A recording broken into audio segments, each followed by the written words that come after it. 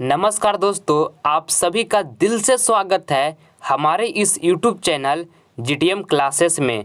दोस्तों, आज की इस वीडियो में हम क्लास 10th के लिए हिंदी का VVI ऑब्जेक्टिव क्वेश्चन करेंगे दोस्तों, जो कि आपका मैट्रिक बोर्ड परीक्षा के लिए काफ़ी ही महत्वपूर्ण प्रश्न है। ठीक है दोस्तों, इस वीडियो में जितना भी हम क्वेश्चन को सिलेक्ट किए हैं वो आपका प्रीवियस ईयर में दोस्तों पूछा हुआ प्रश्न है। ठीक है, सारा क्वेश्चन दोस्तों एग्जाम का प्रश्न है। ठीक है, इसलिए इस वीडियो का एक भी प्रश्न को आप स्किप नहीं कीजिएगा, पूरा वीडियो को कंसंट्रेशन के साथ देखिएगा। ठीक है, चलिए अब जल्दी से हम वीडियो को स्टार्ट करते हैं दोस्तों। सारा प्रश्न दोस्तों इस वीडियो का काफ़ी ही महत्वपूर्ण प्रश्न है। ठीक है, देखिए आज का पहला प्रश्न में आपसे पूछा गया है कि मंगम्मा क्या बेचती थी। अब फर्स्ट ऑप्शन में लिखा है दोस्तों मक्खन, और सेकेंड ऑप्शन में लिखा हुआ है दूध, और थर्ड ऑप्शन में लिखा हुआ है दही, और लास्ट ऑप्शन में लिखा हुआ है दोस्तों घी। तो मंगम्मा क्या बेचती थी दोस्तों? तो मंगम्मा दही बेचती थी। ठीक है, ऑप्शन नंबर हमारे यहाँ सी जो होगा बिल्कुल करेक्ट आंसर हो जाएगा। ठीक है, और ये भी प्रश्न आपसे पूछा जाता है कि जो मंगम्मा किस शहर में दही बेचती थी। तो याद रखिएगा दोस्तों, जो मंगम्मा थी वो हमारा किस शहर में दही को बेचती थी। तब बेंगलुरु शहर में दोस्तों मंगम्मा दही को बेचती थी। ठीक है, इसको भी आप याद रखिएगा कि मंगम्मा किस शहर में दोस्तों दही को बेचती थी। तब बेंगलुरु शहर में मंगम्मा दही बेचती थी। ठीक है, आइए अगला प्रश्न अब हम देख लेते हैं। दूसरा नंबर प्रश्न में आपसे यहाँ पूछा गया है कि 20 के दांत का रचनाकार कौन है। काफ़ी ही महत्वपूर्ण प्रश्न है दोस्तों आपका एग्जाम के लिए कि 20 के दांत का रचनाकार कौन है। तो फर्स्ट ऑप्शन में लिखा हुआ है दोस्तों हजारी प्रसाद द्विवेदी, और सेकेंड ऑप्शन में लिखा हुआ है दोस्तों नलिन बिलोचन शर्मा, और यहाँ थर्ड ऑप्शन में लिखा हुआ है दोस्तों जीवनंदन दास, और लास्ट ऑप्शन में लिखा है दोस्तों अमरकांत। तो 20 के दांत का रचनाकार है दोस्तों वो हमारा नलिन बिलोचन शर्मा है। ठीक है, ऑप्शन नंबर यहाँ बी जो होगा हमारा बिल्कुल करेक्ट आंसर हो जाएगा। ठीक है, और दोस्तों ये भी याद रखिएगा कि इनका जो जन्म हुआ था वो कब हुआ था दोस्तों? तो 18 फरवरी। ठीक है, 18 फरवरी दोस्तों, 18 फरवरी और 1916 ईस्वी में दोस्तों इनका जन्म हुआ था। नलिन बिलोचन शर्मा का जो जन्म हुआ था दोस्तों 18 फरवरी 1916 ईस्वी को दोस्तों जन्म हुआ था। ठीक है, इनका निधन हुआ था दोस्तों, इसको भी आप याद रखिएगा कि इनका निधन जो हुआ था 12 सितंबर का दोस्तों। कब?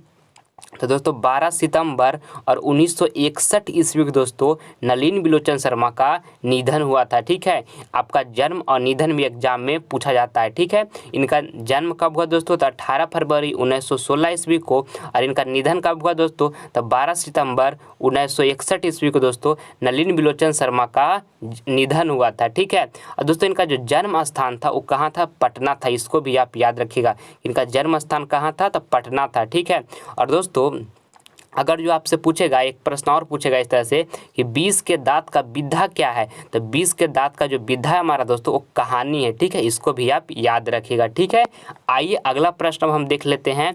तीसरा नंबर प्रश्न में आपसे यहाँ पूछा गया है कि अशोक वाजपेयी का जन्म कब हुआ था। अब फर्स्ट ऑप्शन में लिखा है दोस्तों 16 जनवरी 1941 ईस्वी में, सेकेंड ऑप्शन में लिखा है दोस्तों 19 मई 1943 ईस्वी में, और थर्ड ऑप्शन में लिखा हुआ है 10 मार्च 1942 ईस्वी में, और लास्ट ऑप्शन में लिखा है दोस्तों 15 मार्च 1944 ईस्वी में। ठीक है, तो अशोक वाजपेयी का दोस्तों जन्म कब हुआ था? तो 16 जनवरी 1941 ईस्वी में हुआ था दोस्तों। ऑप्शन नंबर यहाँ पे ए जो होगा हमारा बिल्कुल करेक्ट आंसर हो जाएगा। ठीक है, और दोस्तों ये भी याद रखिएगा कि जो अशोक वाजपेयी का जो जन्म हुआ था वो कहाँ हुआ था दोस्तों? तो दुर्ग छत्तीसगढ़ में हुआ था। कहाँ हुआ था? दुर्ग छत्तीसगढ़ में दोस्तों अशोक वाजपेयी का जन्म हुआ था। ठीक है, और ये भी याद रखिएगा दोस्तों कि अशोक वाजपेयी दोस्तों किस पाठ का लेखक हैं? तो अभिनव पाठ का लेखक दोस्तों अशोक वाजपेयी हैं। ठीक है, ये सारा प्रश्न जो आपको हम बता रहे हैं दोस्तों आपका एग्जाम के लिए काफ़ी ही महत्वपूर्ण है। ठीक है, सारे बात को आप ध्यान से सुने और उसको याद करते चले। देखिए चौथा नंबर प्रश्न में आपसे यहाँ पूछा गया है कि दही वाली मंगम्मा कहानी किस लेखक द्वारा रचित है। फर्स्ट ऑप्शन में लिखा है दोस्तों यहाँ पे श्रीनिवास, सेकेंड ऑप्शन में लिखा है दोस्तों सात कौड़ी होता, और यहाँ देखिए थर्ड ऑप्शन में लिखा है ईश्वर पेटलिकर, और यहाँ थर्ड ऑप्शन में लास्ट में लिखा है दोस्तों सुजाता। तो दही वाली जो मंगम्मा कहानी है दोस्तों ये किस लेखक द्वारा रचित है? किस लेखक के द्वारा दोस्तों रचित है? तो याद रखिएगा दोस्तों कि श्रीनिवास के द्वारा ये कहानी हमारा रचित गया है। ठीक है, ऑप्शन नंबर यहाँ पर ए जो होगा हमारा बिल्कुल करेक्ट आंसर हो जाएगा। ठीक है, ऑप्शन नंबर ए। आइए अगला प्रश्न हम देख लेते हैं।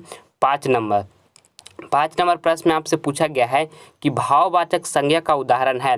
फर्स्ट ऑप्शन में लिखा हुआ है वाहन, सेकेंड ऑप्शन में लिखा है दोस्तों यहाँ पे लकड़ी, और थर्ड ऑप्शन में लिखा हुआ है सर्दी, और लास्ट ऑप्शन में लिखा हुआ है घड़ी।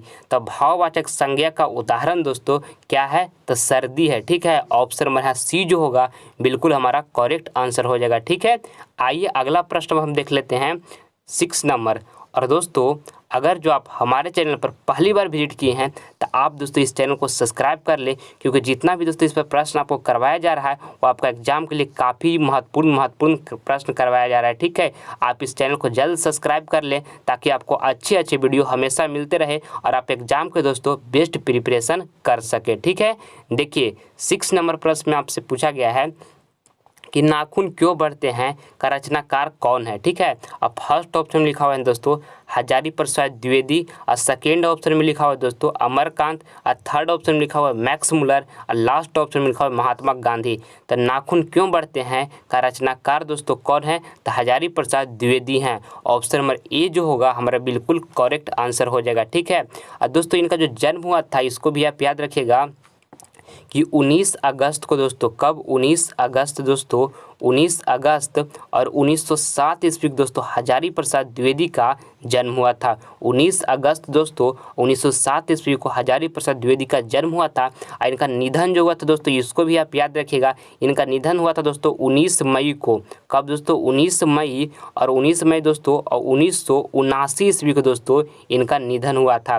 जब निधन पूछेगा दोस्तों कि हजारी प्रसाद द्विवेदी का निधन कब हुआ, तो 19 मई 1979 ईस्वी को दोस्तों इनका निधन हुआ था। ठीक है, और एक प्रश्न और आपसे पूछेगा कि नाखून क्यों बढ़ते हैं का विधा क्या है? तो दोस्तों विधा में ललित निबंध हो जाएगा। ठीक है, ये सारे बातों दोस्तों आपको याद करते चलिए, आपका एग्जाम के लिए सब बात काफ़ी ही महत्वपूर्ण है। ठीक है, आइए अगला प्रश्न हम देखते हैं 7 नंबर। और दोस्तों अगर जो आपको जन्म, निधन ये सब नहीं याद है तो दोस्तों इससे पहले हम एक वीडियो बनाए हैं जिसका आपको लिंक डिस्क्रिप्शन में मिल जाएगा, जिसमें लेखक का नाम, जन्म, निधन, विधा दोस्तों पूरी जानकारी उस वीडियो में दिया गया है। अगर जो वीडियो आप नहीं देखे हैं तो दोस्तों हमारा डिस्क्रिप्शन में जाइए, वहाँ पर आपको लिंक उपलब्ध है, उसमें लेखक का नाम, जन्म, निधन, विधा पूरी जानकारी दोस्तों उस वीडियो में आपको मिल जाएगा। ठीक है, देखिए 7वां नंबर प्रश्न देखिए, इसमें आपसे पूछा गया है कि लक्ष्मी के बड़े बेटे के दोस्तों नाम क्या था?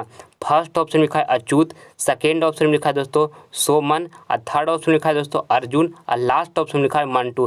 तो लक्ष्मी के बड़े लड़के के नाम क्या था? दोस्तों लक्ष्मी के जो बड़े लड़के के क्या नाम था? तो दोस्तों अच्युत था। ऑप्शन नंबर यहाँ पर ए जो होगा हमारा बिल्कुल करेक्ट आंसर हो जाएगा। ठीक है, आइए अगला प्रश्न अब हम देख लेते हैं 8 नंबर।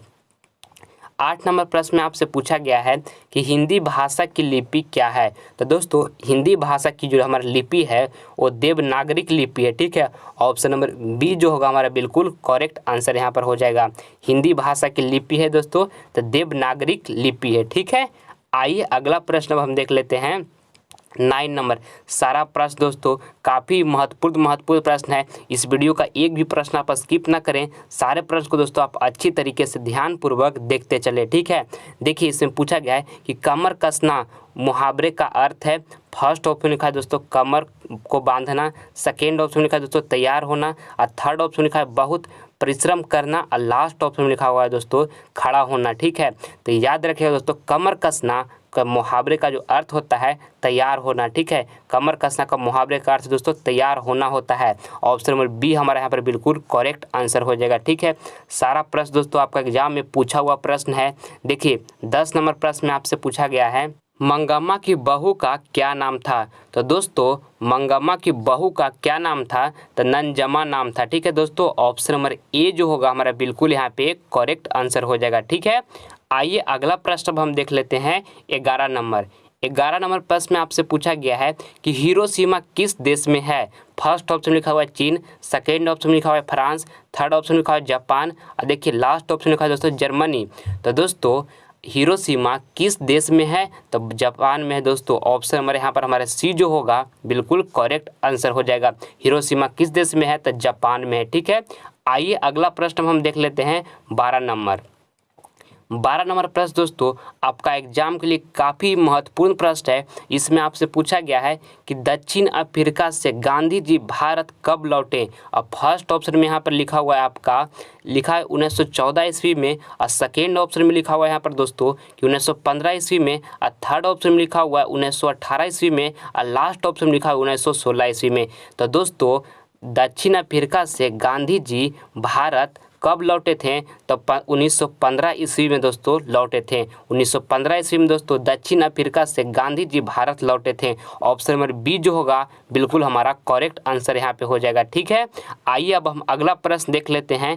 13 नंबर प्रश्न में आपसे यहाँ पूछा गया है कि अमृत का पर्यायवाची है। दोस्तों अमृत का पर्यायवाची कौन है। तो दोस्तों अमृत का जो हमारा पर्यायवाची होता है वो सुधा होता है। ठीक है, ऑप्शन नंबर बी जो होगा बिल्कुल करेक्ट आंसर हमारा हो जाएगा। ठीक है, आइए अब हम नेक्स्ट प्रश्न की ओर बढ़ते हैं दोस्तों। 14 नंबर प्रश्न में आपसे पूछा गया है कि शुद्ध शब्द है। दोस्तों इसमें आपको बताना है कि जो ये प्रकृति लिखा है दोस्तों, ये शुद्ध शब्द कौन ऑप्शन में लिखा हुआ है। देखिए ऑप्शन नंबर ए में जो प्रकृति लिखा हुआ है दोस्तों, ये बिल्कुल शुद्ध शब्द लिखा हुआ है। ठीक है, तो ऑप्शन में ए हमारे यहाँ पर बिल्कुल करेक्ट हो जाएगा। ऑप्शन बी में जो लिखा हुआ है दोस्तों प्रकृति, ऑप्शन नंबर सी में जो लिखा हुआ है, ऑप्शन नंबर डी में लिखा हुआ है, ये तीनों ऑप्शन में दोस्तों गलत प्रकृति लिखा हुआ है। ठीक है, मगर ऑप्शन नंबर ए में जो लिखा हुआ है वो बिल्कुल शुद्ध शब्द है। तो ऑप्शन नंबर ए यहाँ पर हमारा बिल्कुल करेक्ट आंसर हो जाएगा। आइए अगला प्रश्न हम देख लेते हैं। 15 नंबर प्रश्न दोस्तों काफ़ी महत्वपूर्ण प्रश्न है। इसमें पूछा है कि महात्मा गांधी के पिता का क्या नाम था। दोस्तों काफ़ी महत्वपूर्ण प्रश्न आपका एग्जाम के लिए, महात्मा गांधी के पिता का क्या नाम था। फर्स्ट ऑप्शन में लिखा है दोस्तों धर्मचंद गांधी, और देखिए सेकेंड ऑप्शन में लिखा है दोस्तों हरचंद गांधी दोस्तों, और थर्ड ऑप्शन में लिखा है दोस्तों करमचंद गांधी, और लास्ट ऑप्शन में लिखा है दोस्तों मीरचंद गांधी। तो महात्मा गांधी के पिता का क्या नाम था, तो दोस्तों करमचंद गांधी नाम था। ठीक है, ऑप्शन नंबर सी जो होगा हमारा बिल्कुल करेक्ट आंसर यहाँ पे हो जाएगा। ठीक है, और ये भी याद रखिएगा कि महात्मा गांधी का दोस्तों माता का क्या नाम था। अगर जो पूछेगा तो माता का नाम दोस्तों पुतली बाई था। ठीक है, इसको भी आप याद रखिएगा, माता का नाम क्या था, पुतली बाई था। और दोस्तों इनका पत्नी का जो नाम था दोस्तों, महात्मा गांधी का दोस्तों जो पत्नी का हमारा नाम था, पत्नी का दोस्तों, तो महात्मा गांधी का पत्नी का नाम जो है वो क्या था, कस्तूरबा गांधी था। ठीक है, इसको भी आप याद रखिएगा कि महात्मा गांधी का पत्नी का जो नाम था वो कस्तूरबा गांधी था। ठीक है, और दोस्तों इनका जो जन्म हुआ था महात्मा गांधी का, इसे ये भी याद रखिएगा कि 2 अक्टूबर दोस्तों 1869 ईस्वी को दोस्तों महात्मा गांधी का जन्म हुआ था। 2 अक्टूबर 1869 ईस्वी को दोस्तों महात्मा गांधी का जन्म हुआ था। ठीक है, अब महात्मा गांधी का जो निधन हुआ था दोस्तों, इसको भी याद रखिएगा कि 30 जनवरी, कब दोस्तों 30 जनवरी और 1948 ईस्वी को दोस्तों महात्मा गांधी का निधन हुआ था। ठीक है, 30 जनवरी 1948 ईस्वी को दोस्तों महात्मा गांधी का निधन हुआ था। जन्म कब हुआ था, तो 2 अक्टूबर 1869 ईस्वी को दोस्तों महात्मा गांधी का जन्म हुआ था, और निधन दोस्तों 30 जनवरी 1948 ईस्वी को दोस्तों महात्मा गांधी का निधन हो गया था। ठीक है, ये सारे बात को आप याद रखिएगा, आपका एग्जाम के लिए काफ़ी महत्वपूर्ण है। आइए अगला प्रश्न हम देख लेते हैं। 16 नंबर प्रश्न में आपसे पूछा गया है कि हाथ साफ करना मुहावरे का सही अर्थ क्या है। फर्स्ट ऑप्शन में लिखा हुआ है हाथ धोना, सेकेंड ऑप्शन में लिखा हुआ है सफाई करना, और थर्ड ऑप्शन में लिखा हुआ है चोरी करना, और लास्ट ऑप्शन में लिखा है गंदगी फैलाना। तो दोस्तों हाथ साफ करना का मुहावरे का जो सही अर्थ हमारा होगा चोरी करना होगा। ठीक है, ऑप्शन नंबर सी जो होगा दोस्तों, ऑप्शन नंबर सी हमारे यहाँ पर बिल्कुल करेक्ट आंसर हो जाएगा। ठीक है, आइए अगला प्रश्न हम देख लेते हैं। 17 नंबर, और अगर जो आप हमारा अदर सब्जेक्ट का वीडियो देखना चाहते हैं तो आप हमारे डिस्क्रिप्शन में जाइए, वहाँ पर आपको लिंक मिल जाएगा। साइंस का लिंक मिल जाएगा दोस्तों, साइंस का प्लेलिस्ट का, मैथ का प्लेलिस्ट का लिंक मिलेगा, सोशल साइंस का प्लेलिस्ट का लिंक मिल जाएगा दोस्तों, हिंदी का प्लेलिस्ट का भी लिंक मिल जाएगा। ठीक है, और जो आप देखना चाहते हैं तो हमारे डिस्क्रिप्शन में जाइए, वहाँ पर आपको लिंक मिल जाएगा। ठीक है, और जितना भी इसमें दोस्तों क्वेश्चन को कवर किया गया है वो आपका एग्जाम के लिए काफ़ी महत्वपूर्ण प्रश्न है। ठीक है, आइए अब हम देखते हैं 17 नंबर प्रश्न। इसमें आपसे पूछा गया है कि निम्नलिखित में सर्वनाम है, और फर्स्ट ऑप्शन में लिखा है दोस्तों राजेंद्र, और देखिए सेकेंड ऑप्शन में लिखा है दोस्तों पुस्तक, और थर्ड ऑप्शन में लिखा हुआ है दोस्तों यहाँ पे मैं, और लास्ट ऑप्शन में लिखा हुआ है सीता। तो निम्नलिखित में दोस्तों सर्वनाम है, तो मैं जो है दोस्तों ये हमारा सर्वनाम है। ठीक है, ऑप्शन नंबर सी जो होगा बिल्कुल करेक्ट आंसर हमारा हो जाएगा। ठीक है, आइए अगला प्रश्न हम देखते हैं 18 नंबर। 18 नंबर प्रश्न में आपसे पूछा गया है कि बहादुर पर कितने रुपये की चोरी का इल्ज़ाम लगाया गया था। दोस्तों फर्स्ट ऑप्शन में लिखा हुआ है 10, दूसरा ऑप्शन में लिखा हुआ है 20 और थर्ड ऑप्शन में लिखा हुआ है 12 और लास्ट ऑप्शन में लिखा हुआ है 11। तो दोस्तों बहादुर पर कितने रुपये की चोरी का इल्ज़ाम लगाया गया था, तो 11 रुपया का लगाया गया था। ठीक है, इसको आपको याद रखना है अच्छी तरीके से। आइए अगला प्रश्न हम देख लेते हैं 19 नंबर। एड़ी शब्द का विलोम है। देखिए फर्स्ट ऑप्शन में लिखा हुआ है सुधा, सेकेंड ऑप्शन में लिखा है सूखा, थर्ड ऑप्शन में लिखा है चोटी और देखिए लास्ट ऑप्शन में लिखा है दोस्तों लाघव। तो दोस्तों एड़ी शब्द का जो हमारा विलोम है वो चोटी है। ठीक है, ऑप्शन नंबर सी जो होगा हमारा बिल्कुल करेक्ट आंसर हो जाएगा। विलोम शब्द मतलब दोस्तों उल्टा शब्द, तो एड़ी का उल्टा क्या होगा, चोटी होगा। तो ऑप्शन नंबर सी यहाँ पर हमारा बिल्कुल करेक्ट आंसर हो जाएगा। आइए अगला प्रश्न अब हम देख लेते हैं 20 नंबर। 20 नंबर प्रश्न दोस्तों आपका बोर्ड परीक्षा के लिए काफ़ी महत्वपूर्ण प्रश्न है। इसमें पूछा गया है कि बिरजू महाराज किस शैली के नर्तक हैं। दोस्तों बिरजू महाराज किस शैली के दोस्तों नर्तक हैं, तो कथक। दोस्तों ऑप्शन नंबर बी जो होगा हमारा बिल्कुल करेक्ट आंसर हो जाएगा कि बिरजू महाराज किस शैली का नर्तक हैं, तो कथक का है। ठीक है, ऑप्शन नंबर बी बिल्कुल करेक्ट आंसर है। आइए अब आगे हम बढ़ते हैं। देखिए ये प्रश्न दोस्तों आपका HW प्रश्न है, यानी कि आपको होमवर्क में ये प्रश्न दिया हुआ जा रहा है। आपको कमेंट करके बताना है दोस्तों किसका राइट आंसर जो होगा, कौन बिल्कुल राइट आंसर होगा। ठीक है, देखिए क्वेश्चन में आपसे पूछा गया है कि बहादुर का पूरा नाम क्या था। फर्स्ट ऑप्शन में लिखा है दोस्तों राम बहादुर, सेकेंड ऑप्शन में लिखा हुआ है दोस्तों दिल बहादुर और थर्ड ऑप्शन में लिखा हुआ है फूल बहादुर और लास्ट ऑप्शन में लिखा हुआ है गुल बहादुर। तो दोस्तों इसमें कौन बिल्कुल राइट आंसर है आप हमको कमेंट करके ज़रूर बताइएगा। ठीक है, आप इसका जवाब जरूर दीजिएगा दोस्तों, आपका हम रिप्लाई ज़रूर देंगे। ठीक है, आप कमेंट बॉक्स में करके बताइए किसका राइट आंसर क्या होगा। मैं उम्मीद करता हूं कि वीडियो आपको पसंद आया होगा, तो प्लीज़ आप इसे लाइक करें, अपने दोस्तों में शेयर करें और आप हमारे चैनल पर नए हैं तो आप इसे सब्सक्राइब कर लें दोस्तों, ताकि आने वाले वीडियो का नोटिफिकेशन सबसे पहले आपको मिले। मिलते हैं अगले वीडियो में, तब तक के लिए जय हिंद।